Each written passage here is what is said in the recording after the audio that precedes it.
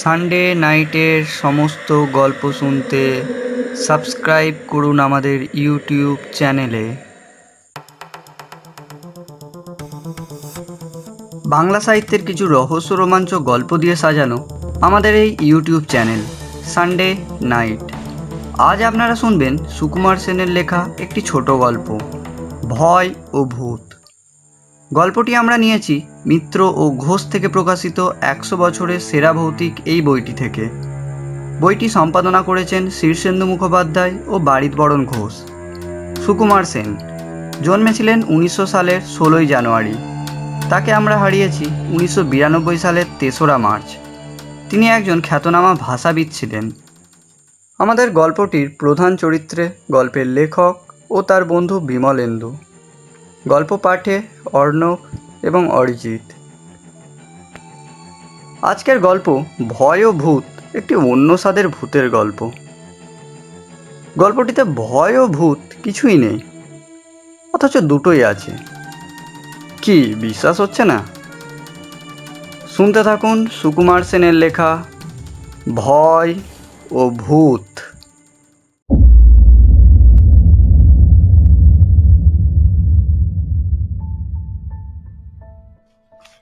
আজ যে গল্প আপনাদের বলতে যাচ্ছি তা সত্য ঘটনা, সুতরাং নামদাম ঢাকবার কোনো প্রয়োজন নেই। আমি আর বিমলেন্দু স্কুলে ক্লাস 5-এ 3-4 দিন আগে পিছে ভর্তি হয়েছিলাম। ও এসেছিল পাড়াগাঁ থেকে ট্রান্সফার সার্টিফিকেট নিয়ে শহরের স্কুলে পড়ার জন্যে। আমি তো বর্ধমানেই থাকতাম। 2-4 মাসের মধ্যেই বিমলেন্দুর সাথে আমার খুব ভাব হয়ে গেল। এ ভাব বরাবর অটুটি ছিল। বর্ধমানে একই স্কুল থেকে প্রবেশিকা পরীক্ষা পাস করি।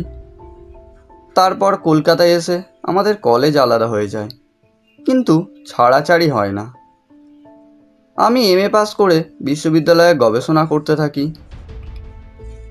বিমলেন্দু এমএ পাস করে ভারত গভর্নমেন্টের হায়ার সার্ভিসের পরীক্ষা দেয় ও আয়কর বিভাগে কাজ পায়। প্রথমে কয়েক বছরও কলকাতাতেই ছিল, যদিও ওর চাকরি বদলির। আমি পড়াশোনা চালিয়ে যেতে লাগলাম, উপযুক্ত কোনো চাকরির সন্ধান না পেয়ে। আমাদের দুজনের মেলামেশা আগেকার মতোই রইল। যেদিনকার কথা আজ বলতে যাচ্ছি তখন বিমলেন্দুর সবে বিয়ে হয়েছে, তবে তখন ওর স্ত্রী বাপের বাড়িতেই ছিল। কলকাতায় তার বাড়ি ছিল বাগবাজার অঞ্চলে। সংসারে তখন বিমলেন্দু ও তার মা ছাড়া আর কেউ নেই। আমি থাকি গোয়া বাগানে মামা বাড়িতে। একদিন কথা হলো কর্নওয়ালিস থিয়েটারে সিনেমা দেখবার। আমি বিকেলে বিমলেন্দুর বাড়ি যাব, সেখান থেকে 6টার শো দেখে বাড়ি ফিরব। সেদিন বিকেলে বিমলেন্দু অফিস থেকে সোজা আমার কাছে এসে হাজির। বললে, সন্ধ্যের শোয়ে টিকিট পাইনি, তাই রাতের শোয়ে টিকিট কেটেছি। সেই কথাই তোকে বলতে এলাম। আমি বললাম, এখানে সাপারের যা বন্দোবস্ত তাতে রাত্রি শোতে যেতে অসুবিধাই হবে। বিমলেন্দু উত্তরে বললে, তার ভাবনা কি, তুই আমার কাছে খাবি, তারপর ছবি দেখে বাড়ি ফিরবি। যা শালা ভিতরে বলে আয়। আমি মামিমাকে বলে এলাম রাতে বিমলেন্দুর বাড়িতে খাবো। তারপর বিমলেন্দুর সঙ্গে বেরিয়ে পড়লাম। ওর বাড়ির গলিতে ঢুকে মনে হলো শনিবারের বিকেলের পক্ষে বড় নির্জন বোধ হচ্ছে। বিমলেন্দুকে জিজ্ঞাসা করলাম। ও বলল, ওর বাড়ির সামনে যে ভদ্রলোক থাকতেন তিনি রাতে মারা গেছেন। তিনি পাড়ার একজন চাঁই ছিলেন। তারপর রাতে 8টা সাড়ে 8টার সময় খাওয়া দাওয়া করে 9টার শো দেখতে গেলাম কর্নওয়ালিস থিয়েটারে। শো ভাঙতে ভাঙতে 11:45 বাজলো। রাস্তায় নেমে বিমলেন্দু বলল, রাস্তা তো খুব ফাঁকা দেখছি, দুজনের তো একলা একলা যেতে হবে দুদিকেই। তার চেয়ে চল আমার সাথে ওখানে রাত কাটিয়ে সকালবেলা গোয়া বাগানে ফিরবি। ওরা তো জানে যে তুই আমার সঙ্গে এসেছিস। তাই ভাবনা চিন্তা করবে না বলেই মনে হয়। আমিও একমত হলাম। একটা রিক্সা করে বাগবাজারে ফিরে এলাম। বিমলেন্দুর বাসায় উপরে 3টি ঘর ও খালি বারান্দা। একটি ঘর মায়ের, আর বাকি দুটির মধ্যে একটি তার বেডরুম, অন্যটি ড্রয়িং রুম। বিমলেন্দু বেডরুমে ঢুকেই বলল, একটু চা খাওয়া যাক। চা, দুধ, চিনি, জল, স্টোভ, কেটলি, কাপ, ডিশ, ছাঁকনি সবই ছিল তার বেডরুমে। প্রাইমার স্টোভ জ্বালিয়ে সে চায়ের জল চড়িয়ে দিল। চা হলো। আমি আধ কাপ চা খেলাম। তারপর দুজনে শুয়ে পড়লাম। আমাকে সে খাট ছেড়ে দিল। তারপর নিজে একটা মাদুর পেতে বালিশ নিয়ে মেঝেতে শুলো। কত করে বারণ করলাম, তাও শুনলো না। বললাম, আরে এ কি মেঝেতে শুলে যে ঠান্ডা লেগে যাবে তোর, ওপরেই দুজনে শুই, চলে আয়। সে উত্তরে বলল, না রে, তুই শো, খাটটা এমনিতেই ছোট, দুজনে শুলে ঠাসাঠাসি হবে। অনেক করে বলতেও কোনো লাভ হচ্ছে না দেখে আমি শুয়ে পড়লাম খাটে। শুয়ে শুয়ে কথাবার্তা হতে হতে বিমলেন্দু ঘুমিয়ে পড়ল। কিন্তু আমার চোখে তখনও ঘুম নেই। এটা একটু অস্বাভাবিক ব্যাপার। আমি তাড়াতাড়ি ঘুমিয়ে পড়ি। বিমলেন্দু এত তাড়াতাড়ি ঘুমোয় না। কিন্তু আজ কি হলো তাহলে? ভাবলাম নতুন জায়গা বলে হয়তো ঘুম আসতে দেরি হচ্ছে।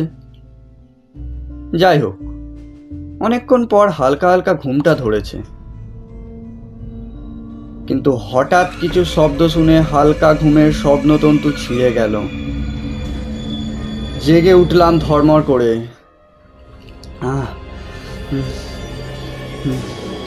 আমি মুহূর্তের মধ্যে সজাগ হলাম।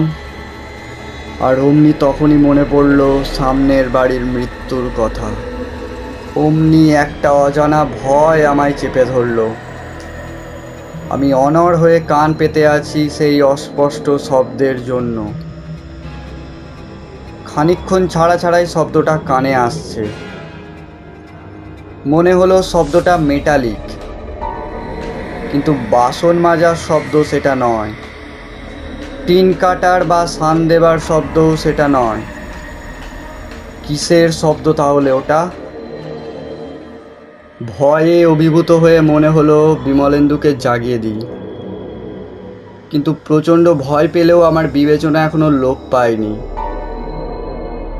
একে ওর ঘুম কম, তাতে যদি কাঁচা ঘুমে উঠিয়ে দিই তবে আর তার ঘুম হবে না। তাছাড়া ও যদি আমাকে ভীতু বলে উপহাস করে তা আমি সইতে পারবো না। কে আর নিজে থেকে তার দুর্বল জায়গা জানাতে চায়? মনের রাস জোর করে ভাবতে লাগলাম। শব্দটা আসছে গলির দিক থেকে নয়, আসছে ভিতরের বারান্দার দিক থেকে। এই কথা ভাবতেই ভূতের ভয় 1 ডিগ্রি যেন কমে গেল।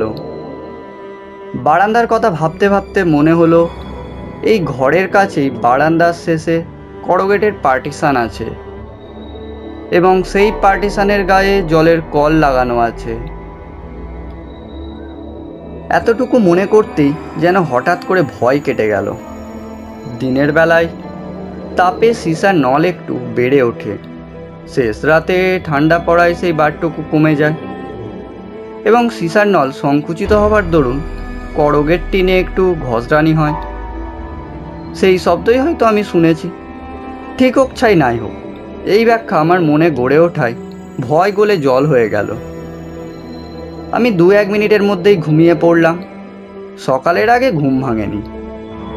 আমার এই অভিজ্ঞতার সারমর্ম হলো, ভয় ঠেকালে ভূত ঠেকানো যায়। তারপর বিমলেন্দু যে অভিজ্ঞতার কথা বলেছিল তা ঘটেছিল বছর 7-8 পরে। বিমলেন্দু তখন বর্ধমানের আয়কর অফিসার। তার ওপরে বীরভূম ও বাঁকুড়া জেলার ভারও আছে। এসব জেলায় কাজের জন্য মাঝে মাঝে ট্যুর করতে হয়। এরকম এক ট্যুরের সময়েই ব্যাপারটা ঘটেছিল। বিমলেন্দু বর্ধমানে আছে। আমি সপ্তাহ 3 বর্ধমানে যাই। শনি, রবি, সোম 3 দিন সেখানে থাকি। বিমলেন্দু সঙ্গ পায় তখন। দিন বেশ ভালোই কাটে। এক সপ্তাহ গিয়ে শুনলাম বিমলেন্দু ট্যুরে গেছে। সেবারে আর দেখা হলো না।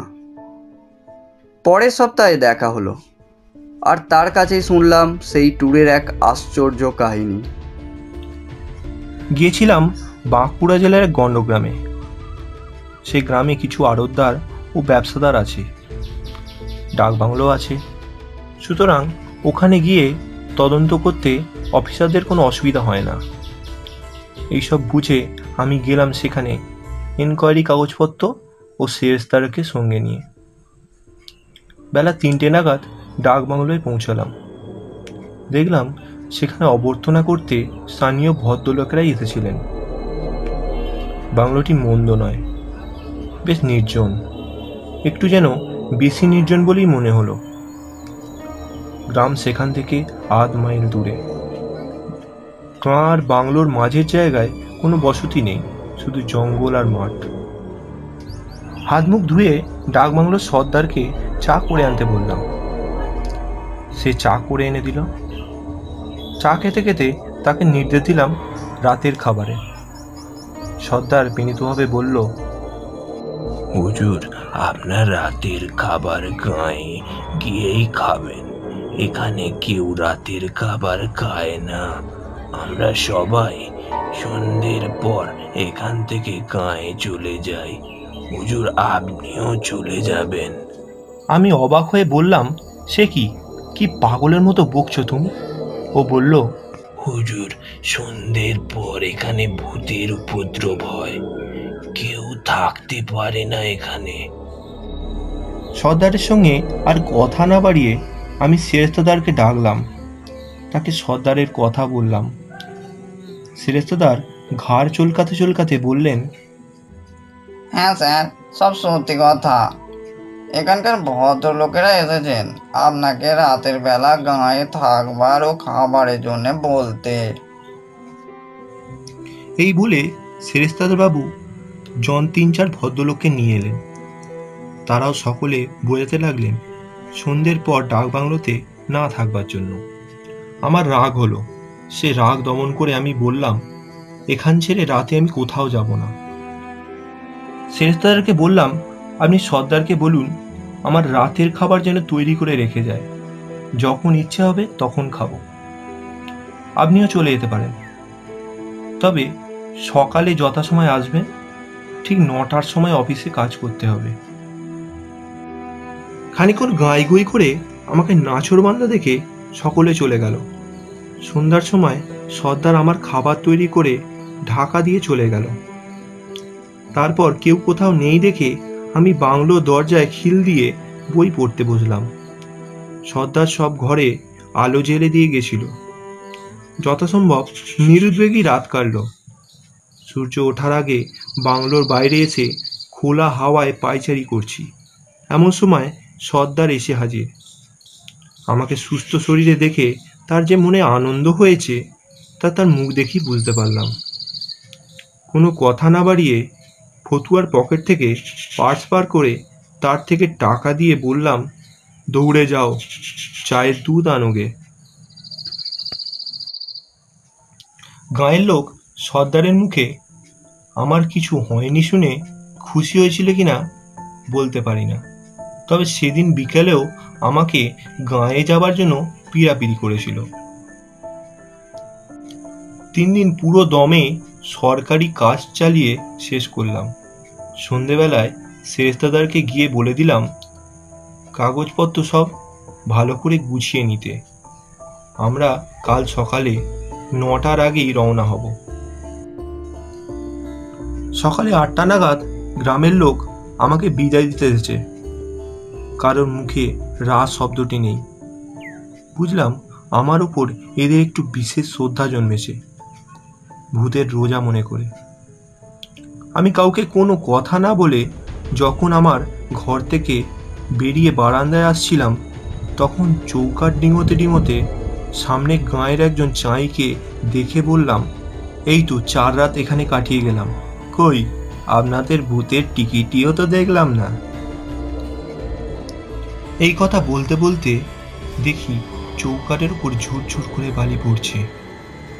আমি একবার ওপর দিকে চেয়ে নিয়ে তারপর পা চালিয়ে বারান্দা পেরিয়ে স্টান গাড়িতে উঠে বসলাম। ও বিষয়ে তোর কাছে প্রথম মুখ খুলছি, তুই কি বলিস? আমি বললাম, কেস দুতরফাতেই লড়া যায়। ঝুরঝুর করে বালি পড়া স্বাভাবিকভাবে ঘটতে পারে, তবে বেনিফিট অফ ডাউটের খাতিরে ভূতের পক্ষেই রায় দিই। আমার অভিজ্ঞতায় ভয় তাড়িয়ে ভূত ঠেকানো যায়। আমার বন্ধুর অভিজ্ঞতায় ভয় ঠেকালেও ভূত ঠেকানো যায়। সত্যিটা হয়তো দুই অভিজ্ঞতার মাঝামাঝি কিছু, কে জানে। আপনারা কি বলেন?